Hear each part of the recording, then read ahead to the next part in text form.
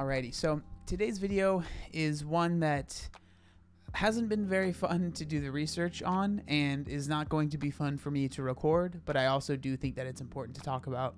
And so just kind of like a trigger warning, we're going to be talking about someone that passed away recently, and it's a pretty sad story. And so if you're not in the mood to watch something like that, I totally understand.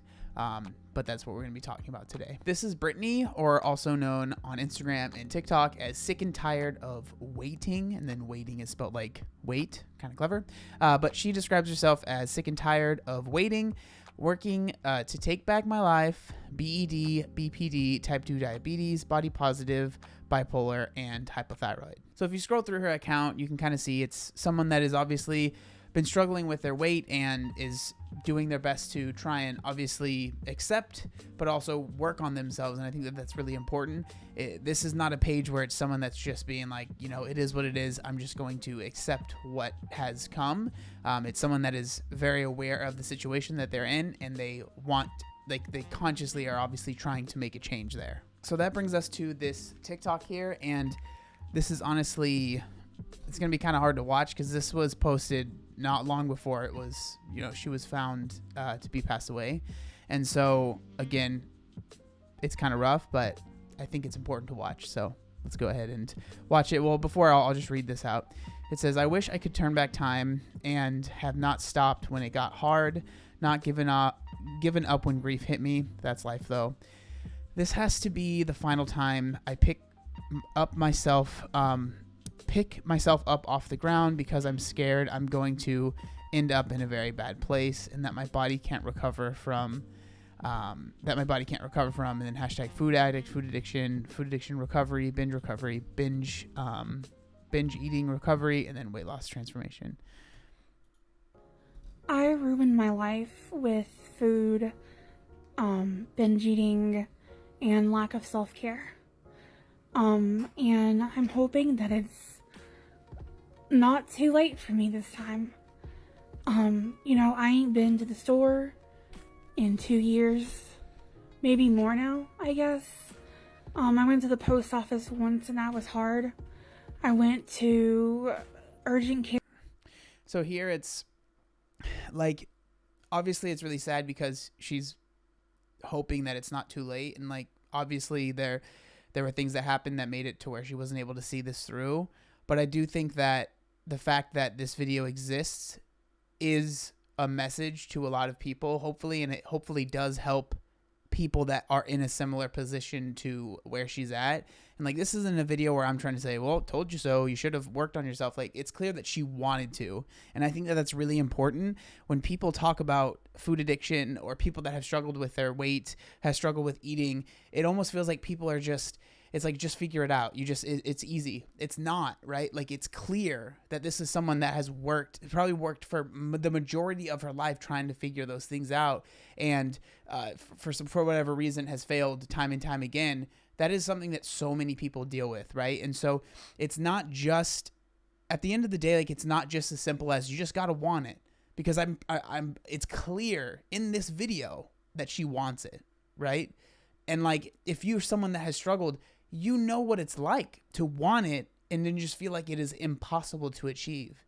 So I just hate that type of rhetoric that seems to be spread of people that struggle with their weight and aren't able to lose it. It's just because they didn't want it hard enough. Like, I can't even explain how it feels being someone that has struggled with your weight your entire life, how much you wanted it. Like, there was literally nothing I wanted more than to lose the weight. There was nothing on earth that I wanted more than to lose the weight. A story that I've told before was when I was in high school, I had a health teacher. He took me aside one day and he asked me the question, because I would joke around a lot in his class and just really not work hard. And I remember one time he really tried to get me to lose weight. He tried to like, okay, I'm going to give you a journal. I want you to write everything down. And I ended up not doing it. And he was like really trying to help me.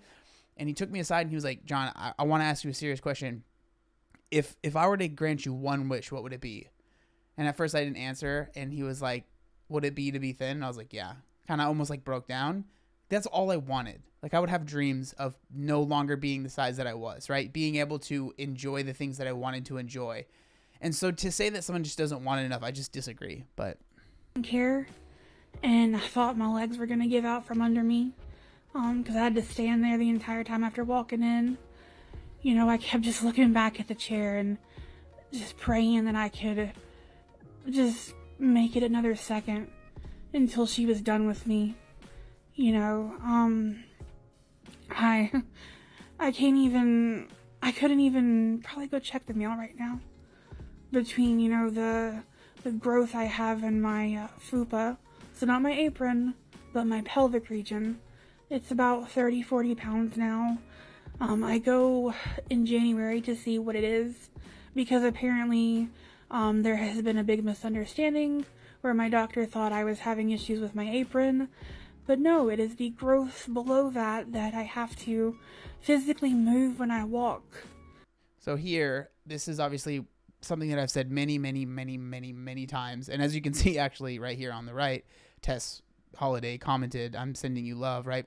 When I talk about health at every size, obviously Tess is one of the big, she's one of the big players in that kind of movement. But this is one of the things that I agree with wholeheartedly. I'm sure the family, her family is devastated, obviously. But the fact that, like, again, misunderstanding, that is something that does happen frequently when you are someone that is, obese, struggling with your weight, and you're going to the doctors. Like, that is something that needs to, like, I don't see any negatives of the care getting better, right? Like, I don't see any negatives of us being like, hey, we need to make sure that we are handling this correctly, and that there's more understanding and better help for people that are struggling with their weight, right? I'm not saying we need to, like, baby anyone or coddle them, but, like, give them acceptable care, right? Anybody deserves that. I've told many stories of how I felt when I went to the doctors when I was overweight, and how terrified it made me, and how it just made me not want to go to the doctor, right? And so someone that is struggling with their weight already has to get over that hurdle, and then to think they do go to the doctor and then end up not getting the acceptable care that they need, that's not a good thing. There's no reason for us to say, oh, well, no, we don't need to improve the care. They just need to lose the weight. Like, come on, dude. What's one of the steps they should take when they are losing the weight? Go to the doctor. So let's make that process as good as possible, right? Anytime I roll or move or anything, I have to adjust it. And I can't wear my leggings or shorts anymore. I'm out of breath constantly. And I wish I knew the cost of eating. I wish I knew the cost of the comfort at the time that I was seeking. And I just want this to be a warning to other people that it's that like, we've all heard of it, right? We've all been there, where it's the momentary pleasure, but then eventually you got to pay the check, right? Like, you can only put it on your tab for so long until the tab is going to come back. And it's clear, like, obviously, yeah, like, if she would have made better decisions and stuff like that, of course, right? And I'm not going to sit here and say, like, it has nothing to do with what the choices she made, because that's just not true, and I'm not going to sit here and, like, lie. But at the same time, it's clear that there was obviously more going on, and there's the mindset and, like, the place that someone is that is struggling with her weight, like, that is in her position where it's like, she's struggling with her weight. She knows that it's a problem, right? And that's very important, because there are a lot of people that might be struggling with their weight that feel like it's not a problem. And that I disagree with, right? I don't subscribe to that. I think if you are massively overweight, you might not have problems right now, but eventually you're going to have to pay that tab, right? And so she knows, like, it's clear that she's like, no, this is not good. Like, something has to change, right? But just because you have that, even if you have that click moment, it is so hard, right? It is so hard. And that's why I'm so adamant about giving people actionable advice that isn't over the top, that doesn't cost you any money, that is simple, just making those simple changes. But just because something's simple, that doesn't mean that it's easy. If you're someone that's been addicted to food your whole life, to take away that one coping mechanism is incredibly hard to deal with. And, like, I would never discount how hard it is. And that's why, like, yeah, I wish I could tell and, like, give people the the motivation or like the bottle it up and give it to everyone that wants to lose weight and just do it like the way that I was able to.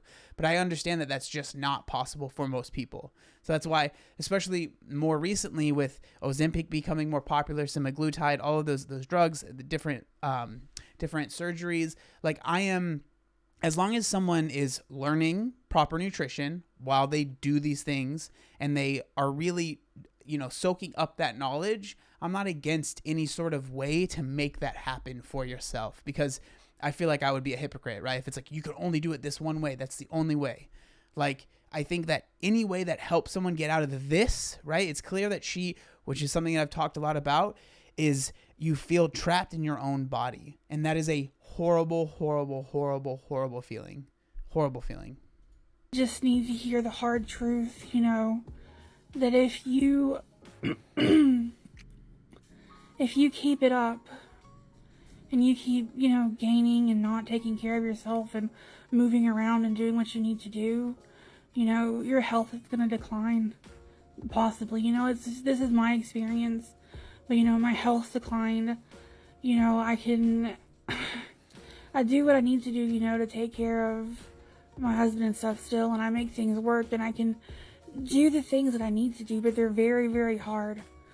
I had to have help trimming my toenails the other day because I felt so out of breath trying to lean over and do my toes. There's just a lot that is taken away from me, and I want you to know that it's not worth it. Food's not worth your life.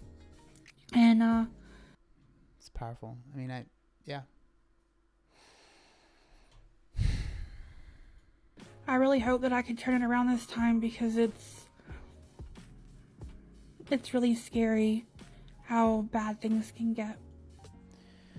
So that's the whole video right there. And then this is the obituary right here. So it was January 2nd where she passed, and it goes on to say, Brittany Dawn Sawyer, age 28, of Woodstock, Illinois, passed away unexpectedly on January 2nd, 2023. She was born March 9th, 1994 in Springfield, Tennessee. Beautiful soul, Brittany knew how to brighten anyone's day with a laugh and a smile. Her shining presence on social media will continue to honor her memory online forever. World of Warcraft was Brittany's all-time favorite game to play. I've never played that. Loving to indulge many different variations of games with her friends and family. Brittany is survived by her husband, sister, and stepfather. She was preceded to death by her mother, Cindy. She is a sun in the midst of the dark night sky, a wife, best friend, caregiver, and daughter, always putting everyone ahead of herself. That right there is, I think a lot of us can relate to that. We know what that's like. I feel like a lot of times when people really struggle with their weight and just health in general, I have family members that this describes that are struggling with their health currently. And when I read that, I was just like a punch to the gut. But we will forever continue to honor her presence and memory. And then there's this quote: as a single footstep will not make a path on the earth, so a single thought will not make a pathway in the mind. To make a deep mental path, we must think over and over the kind of thoughts we wish to dominate our lives.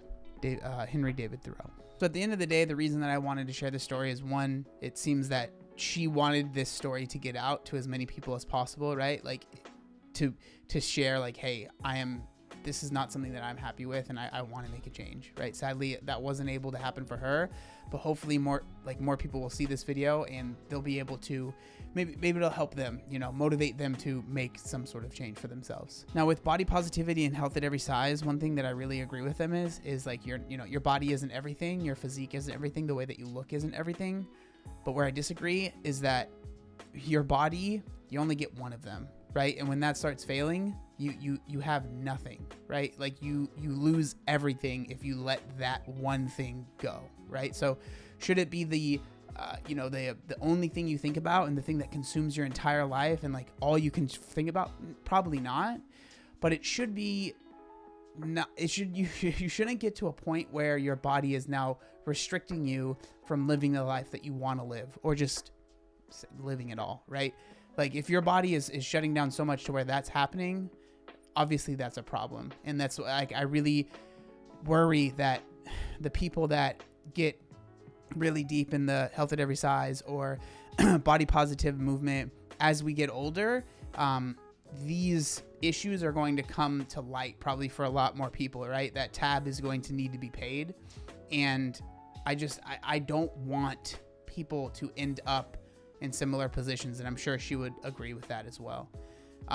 So, you know, that's the video. I really hope that the family is doing okay. Like I said, it's a really sad video. But you know, if you are watching this and you are struggling, I just want to say, like, you know, I do believe in you. There are a lot of people that have been able to make a change, that have been able to change their lives and have been able to live long and fulfilled lives after making that lifestyle change. And there are tons of ways to get the weight off. You know, you could go without any sort of, you know, natural.